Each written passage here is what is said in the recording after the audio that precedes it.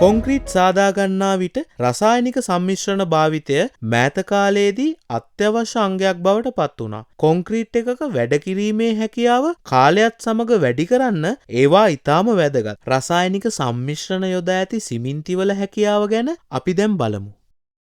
රසායනික සම්මිශ්‍රණ කියන්නේ කොන්ක්‍රීට් මිශ්‍ර කරන අතරතුර කොන්ක්‍රීට් එකේ හැකියාවන් වැඩි කරගන්න ගල්වැලි සිමෙන්ති වලට අමතරව යොදා ගන්නා රසායනික සංයෝගයක්.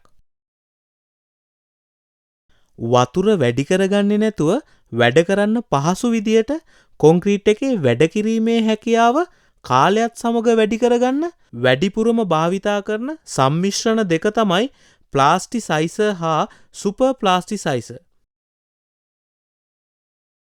වතුර හා සිමෙන්ති මිශ්‍ර කළාම අපිට බලාගන්න පුළුවන් ඒවා ටිකක් තදයි කියලා. දැන් මේ සිමෙන්ති වතුරයි ප්ලාස්ටිසයිසරුයි එකතු කළාම ඔබට බලාගන්න පුළුවන් ඒක වැඩ කිරීමේ හැකියාව වැඩි වෙන හැටි. ඒ විදිහටම සුපර් ප්ලාස්ටිසයිසර් එකතු කළාමත් වතුර වැඩිපුර දාන්නේ නැතුව කොන්ක්‍රීට් එකේ වැඩ කර ගැනීමේ හැකියාව කාලයත් සමග වැඩි වෙනවා. මේ පහසුකම නිසා කොන්ක්‍රීට් එක පහසුවෙන් හසුරගන්න පුළුවන්. ඒ වගේම අපි දන්නවා වතුර භාවිතා කිරීම අඩු වුණාම කොන්ක්‍රීට් එකේ ශක්තිය වැඩි වෙනවා කියලා.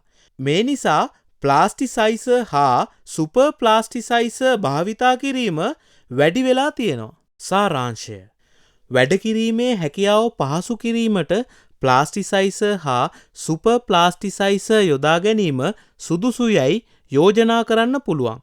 මෙම සම්මිශ්‍රණ භාවිතයෙන් කොන්ක්‍රීට් සාදා ගැනීමට අඩු වතුර ප්‍රමාණයක් අවශ්‍ය නිසා එහි ශක්තිය හා කල්පැවැත්ම වැඩි වේ. නිවැරදි සම්මිශ්‍රණය නිවැරදි ප්‍රමාණයට භාවිතා කිරීමට වග බලා ගන්න.